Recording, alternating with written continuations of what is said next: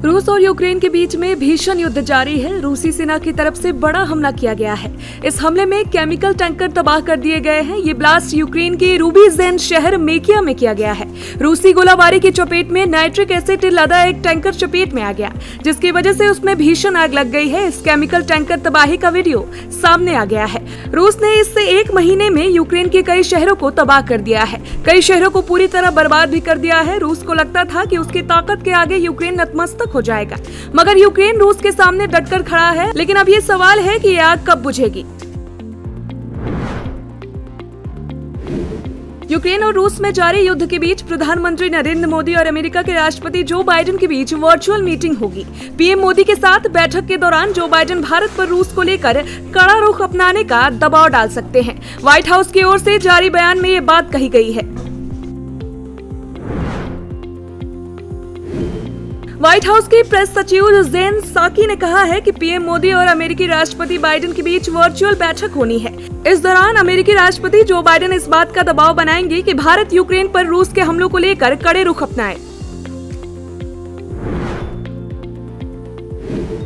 Ukraine पर रूस के हमले लगातार जारी हैं। इस युद्ध पर भारत तटस्थ रुख अपनाए हुए है। इसके चलते अमेरिका की चिंता लगातार बढ़ रही है। अमेरिका ने कई मौकों पर भारत से रूस के खिलाफ कड़ा रुख अपनाने को कहा है। उधर रूस ने यूक्रेन युद्ध पर भारत के रुख की तारीफ की है। रूस के विदेश मंत्री सेर्गेई लारोव इसी महीने भारत के दौरे पर आए थे। उन्होंने कहा था, भारत ने पूरी स्थिति को समग्र तरीके से समझा है। पीएम मोदी और अमेरिकी राष्ट्रपति बाइडेन की बैठक को लेकर जेन साकी ने कहा है कि हमारी सरकारों, अर्थव्यवस्था और हमारे लोगों के बीच संबंधों को और मजबूत करने के लिए मीटिंग की जा रही है।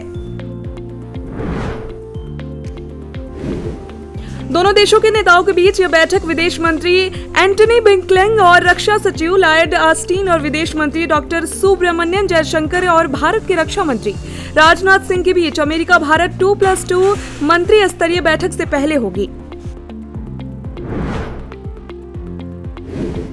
अमेरिका ने दावा किया कि यूक्रेन में रूस को मिल रहे झटकों के बाद युद्ध के लिए नया रूसी कमांडर नियुक्त किया गया है। अमेरिका के एक अधिकारी ने नाम ना छापने की शर्त पर बताया कि रूस ने अपने सबसे अनुभवी सैन्य अधिकारी जनरल अलेक्जेंडर को यूक्रेन युद्ध के लिए नया कमांडर नियुक्त किया है।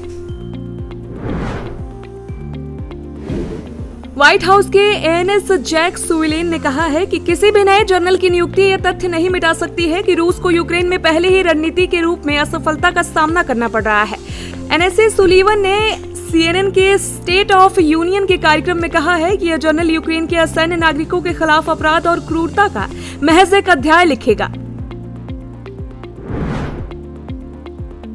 जैक सुलीवन ने कहा, जैसा कि मैंने पहले कहा था, अमेरिका यूक्रेन के लोगों का समर्थन करने के लिए दृढ़ संकल्पित है। हम जो कुछ भी कर सकते हैं वो करेंगे। पुतिन ने 2015 में सीरिया के राष्ट्रपति बशर अल असद की सरकार का समर्थन करने के लिए रूसी सेना भेजी थी। उस वक्त दिवोर्निको सीरिया में रूस के सैन्य अभियान के कमांडर थे।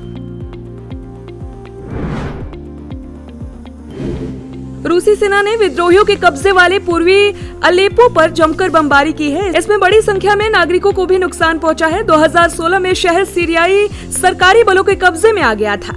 यूएन का दावा है कि 1 दशक से ज्यादा चले युद्ध में करीब 3.5 लाख लोग मारे गए हैं। 2016 में राष्ट्रपति पुतिन ने दिवोर्निको को the hero of Russia medal से नवाजा था। ये रूस के सबसे सर्वश्रेष्ठ अवार्ड में से एक है। यूक्रेन के कई शहरों में लाशों का अंबार देखने को मिला है। कहीं सड़कों पर लाशें बिछी हुई हैं तो कहीं एक बंद कमरे में। इन लाशों की तस्वीरें और वीडियो सामने आने के बाद ही दुनिया भर में हलचल देखने को मिली है।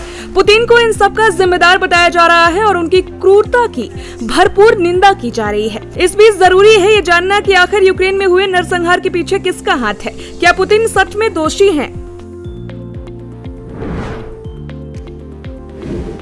यूक्रेन के बूचा शहर में हुए कथित नरसंहार के बाद अमेरिका ने रूस पर प्रतिबंध और लगा दिए हैं। अमेरिका ने इस बार रूसी राष्ट्रपति व्लादिमीर पुतिन की फैमिली को टारगेट किया है।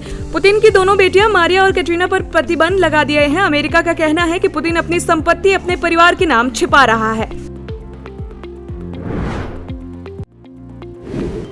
पुतिन की बेटियों पर प्रतिबंध का ऐलान करते हुए अमेरिका ने बताया कि कैटरीना तिखोनोवा एक टेक एग्जीक्यूटिव है जो रूसी सरकार और वहां की डिफेंस इंडस्ट्री से जुड़ी हुई है। वहीं बड़ी बेटी मारिया सरकारी फंडिंग से चलने वाले प्रोग्राम चलाती है। इन्हें क्रेमलिन से जेनेटिक्स रिसर्च के लिए अरबों डॉलर की मदद मिलती है। अमेरिका का कहना है कि पुतिन की संपत्ति उनके परिवार के सदस्यों के नाम पर है जो वो इसे छिपा रहे हैं। पुतिन की दोनों बेटियों के बारे में बहुत कम जानकारी मौजूद है। 2015 में एक प्रेस कॉन्फ्रेंस में पुतिन ने कहा था कि उनकी बेटियां रूस में रहती हैं और यहीं पढ़ाई करती हैं, तो 3 विदेशी भाषा बोलना जानती हैं। पुतिन ने कहा था कि वो अपने परिवार के बारे में हमेशा से ज्यादा चर्चा नहीं करते।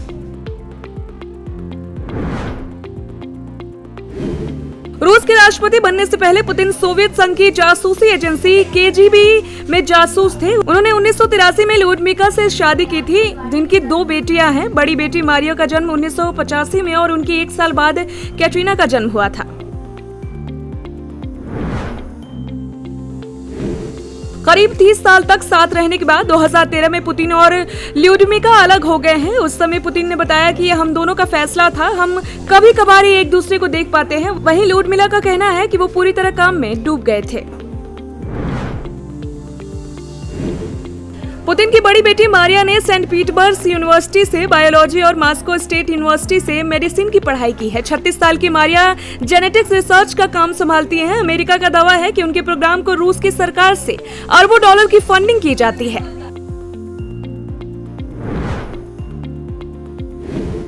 बड़ी बहन के मुकाबले कैटरीना आम लोगों के बीच में ज्यादा रहती है। उनका यूट्यूब पर एक चैनल भी है। Katrina rock and roll dancer है। रिपोर्ट्स के मुताबिक कैटरीना मॉस्को स्टेट यूनिवर्सिटी के इंस्टीट्यूट ऑफ मैथमेटिकल में डिप्टी डायरेक्टर हैं। रिपोर्ट्स के मुताबिक मारिया ने डच कारोबारी जोरी जूट फॉसिन से शादी की थी। मारिया उनके साथ कुछ वक्त तक नीदरलैंड में भी रही थी। फॉसिन रूस की सरकारी गैस कंपनी गज़प्रोम में काम करते थे। हालांकि बताया जाता है कि दोनों अब अलग हो चुके हैं। वहीं कैटरीना ने किरिल शेमलोल से शादी की है। किरिल पुतिन के अच्छे दोस्त निकोले शेमलोल के दोस्त हैं। रूस के राष्ट्रपति व्लादिमीर पुतिन ने यूक्रेन पर हमला कर दुनिया के सामने नया संकट खड़ा कर दिया है। रूस को रोकने के लिए दुनिया के तमाम देशों की कोशिशें फेल होती जा रही हैं। रूस पर कई कड़े प्रतिबंध भी लगा दिए गए हैं। उसके विमानों के लिए एयर स्पेस बंद कर दिया गया है। आर्थिक मोर्चों पर प्रतिबंध लगा दिए गए हैं, लेकिन इसके बावजूद पुतिन किसी की नहीं मान रहे हैं। उल्टा पुतिन तो परमाणु हमले की धमकी दे रहे हैं।